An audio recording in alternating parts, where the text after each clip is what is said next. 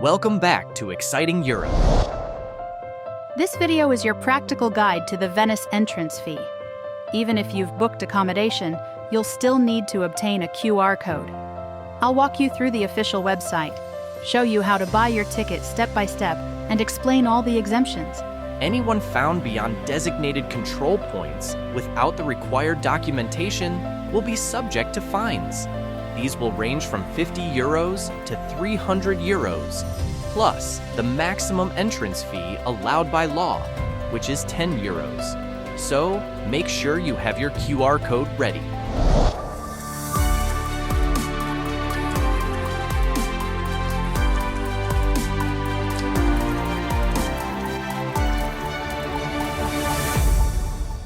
Venice, a breathtaking city with a rich history, faces a unique challenge: over-tourism. While attracting millions of visitors annually, sometimes reaching 20 million, the city's resident population has dwindled to below 50,000. This massive influx, especially the large number of day trippers, creates overcrowded streets, strains infrastructure, and pressures the delicate lagoon ecosystem. Essentially, the city is being overwhelmed by numbers far exceeding its own population. To address this, Venice has implemented the Contributo di Accesso fee. This initiative aims to balance tourism with preservation, encouraging longer, more sustainable visits, and generating funds for the city's upkeep, instead of just a mass of day visitors that put pressure on the city's resources.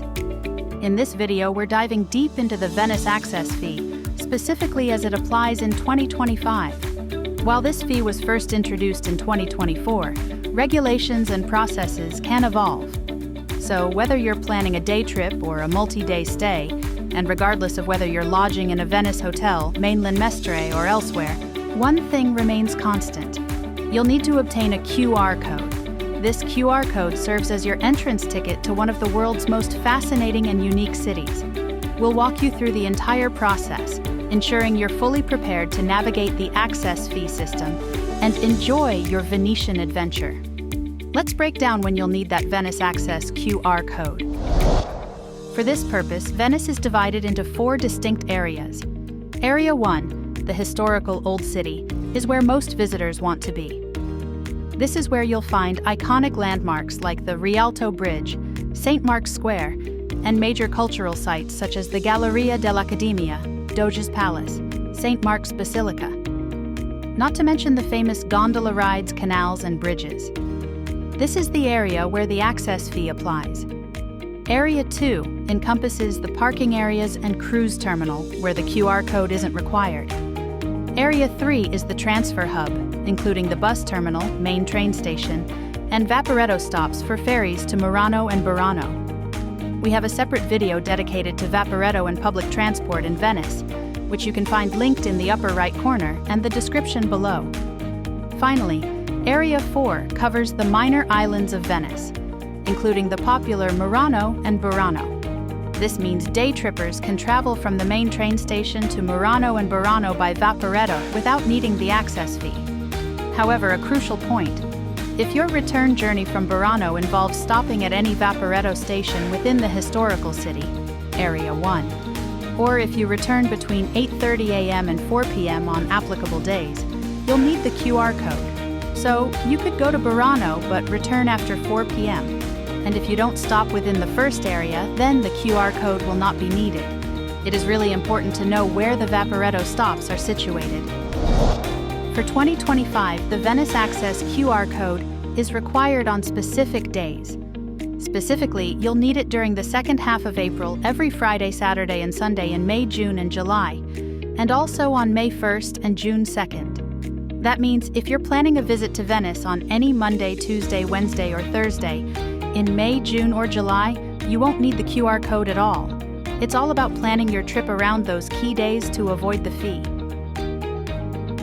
To begin your Venice arrival notification, either scan the QR code displayed on your screen or use the link provided in the description below. Let's take a look at the access fee website. You'll see a calendar clearly marking the days when the fee applies. There's also a detailed explanation of the application areas, along with a list of islands where the fee isn't required. The standard fee is €5, but it's crucial to note that a last-minute fee of €10 applies if you request the QR code within just 4 days of your arrival.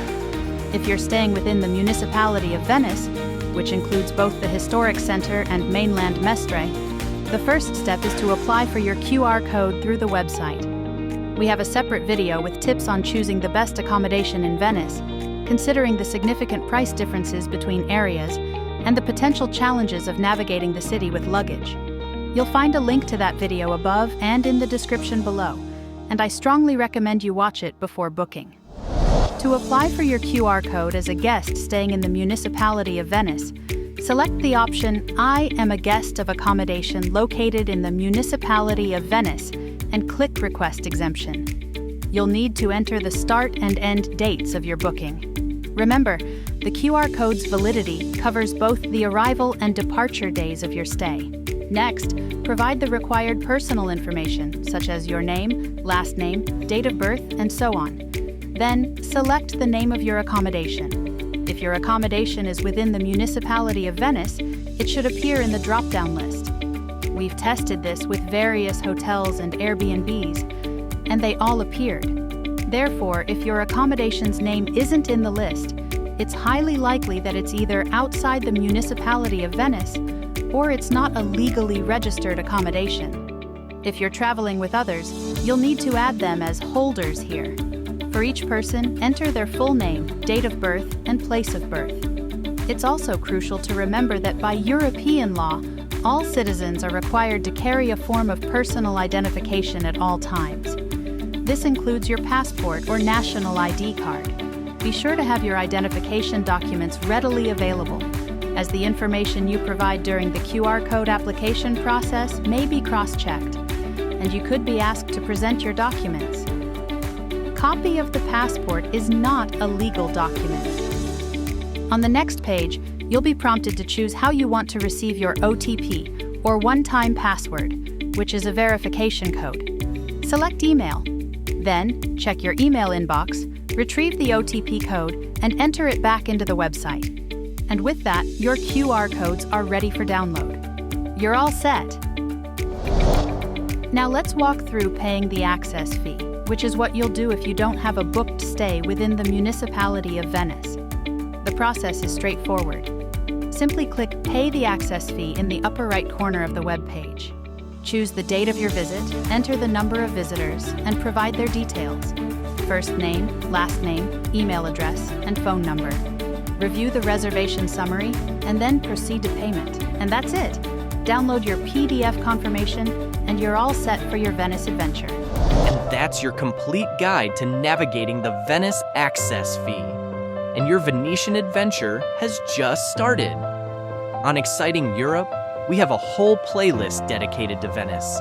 Be sure to check out our videos on St. Mark's Basilica, the most popular bridges, public transport, gondola rides, and the most important museums, basilicas, and monuments. You'll find everything you need to plan the perfect trip. Thanks for watching, and we'll see you in Venice.